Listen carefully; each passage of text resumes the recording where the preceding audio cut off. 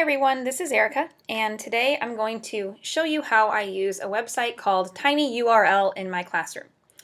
So on my screen right now, I have a very simple Google form that I created, and this is something that I would want to share with my students. Maybe you want to share this on the first week, so you can collect some basic information about your students.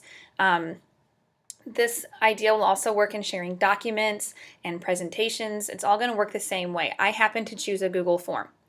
So right here, once I have the form up, I actually need to be able to share the information with my students. So I'm going to hit share. And this dialog comes up. So down here, normally, if I'm going to just be sharing with like a group of collaborators, I would type in their email addresses down here and then give them the document that way. But I'm trying to share this document with a really large group, and so it would take too long to type in every student's name or email address when there is a faster option. So up here it says who has access, and right now it's private, only I can see it. Well, I need to change that. So I'm going to go into this dialog. I can make it public, which I really don't want to do, or I can make it accessible to anyone who has the link, and that is going to be the choice that I want. I'm going to hit save here, and now anyone with the link can view it. So where's the link? Well, right here in this box is the URL link that will take you to this document that I just created. But if you look at that URL, it's very long and it's kind of nonsense with all these symbols and letters that don't make any sense. So I will select that URL and copy it. And then I'm going to go and click on tinyurl.com. And tinyurl.com will actually take any URL address and shorten it. So I've just pasted the link into my box, and I'm going to make it tiny.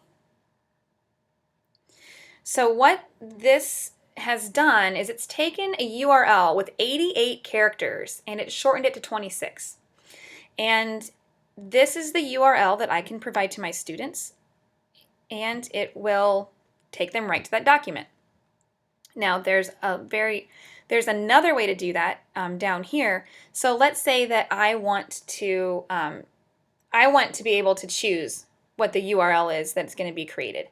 So down here, I can actually pick what I want it to be. I can say Chemistry, August 2012. And since that actually was available, it went ahead and it created this link. So now if the students go to this link right here, they will access that form that I just created. So this is it's a lot easier for the kids to type in. It makes sense to them, and it will save you a lot of headaches when you're trying to get that link out to your students.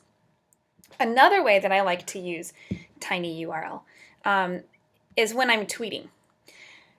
In Twitter, you only have 140 characters to convey your message, and I don't want to waste any of those characters in some very lengthy URL address. And up here, I've found this website that maybe I want to, get out to all of my followers, and I feel like it's a good, resource, and I think that my followers would appreciate this website. So I've just selected the URL. I'm going to copy it. I'm going to go back over here to TinyUrl, and I'm going to paste it, and I'm going to make it tiny. So here, because I'm tweeting it and they'll be able to just click on a link, I don't really need to make an alias. I don't need it to be custom. So I can go ahead and keep the one that it created for me right here. It took a URL that had 92 characters and it shortened it to one with 26. So here I've selected the new URL. I'm going to copy it. I'm going to go over here to my Twitter account, and I'm going to create a new tweet. I'm going to say, check out this science resource for kids. And I'm going to paste the link in there.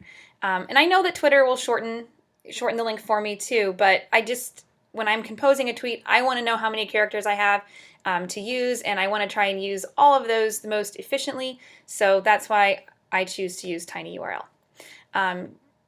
Have this information here. The link is provided, and when I tweet it, then my followers can just go ahead and click directly on that link and be taken to the information that I wanted to share. So that's how I use TinyURL in my classroom, and I hope that it was helpful. And if you have any ways that you use TinyURL, please share those in the comment section below.